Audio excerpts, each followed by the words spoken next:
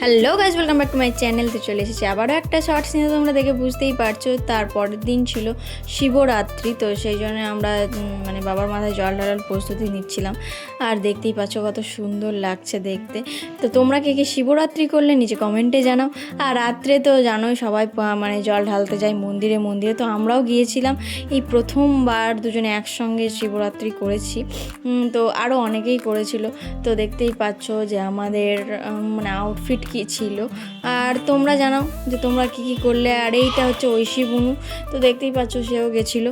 তো আমরা সবাই এক এক করে লাইন দিয়ে এখানে আবার আমি প্রথম পুজো দিলাম, যেখানে পুজো দিয়ে মন্ত্র পড়ে পুজো করানো হয়। তো আমাদের ওখানে এটা হয় না, আমরা জাস্ট সিম্পল জল ঢেলেই আসি নিজের মনস্কামনা জানিয়ে। কিন্তু এখানে যা পুরোহিত পাশে বসে থাকেন এবং সেখানে মন্ত্রপুত জল তিনি করে দেন এবং সেটা ঢালা হয়। আর দেখতেই পাচ্ছ বাবা শিবকে কত সুন্দর লাগছে। যেহেতু আমি বাইরে আছি এখনও, তো সেই জন্য আমার ব্লগগুলো যেতে একটু দেরি হচ্ছে। তো তোমরা সেটা কিছু মাইন্ড করো না। আর কিছু ছবি তোমাদের কাছে শেয়ার করলাম। আর রাতে আমাদের এই আহার ছিল, এই ডিনারের আহার ছিল। তারপরের দিন আমার বুনুকে আনতে গিয়েছিলাম, তো সে স্টেশনে চলে গিয়েছিলাম সকাল সকাল। তো বাড়ি থেকে চা খেয়ে যায়নি, তো সেখানে একটু গিয়ে চা খেলাম।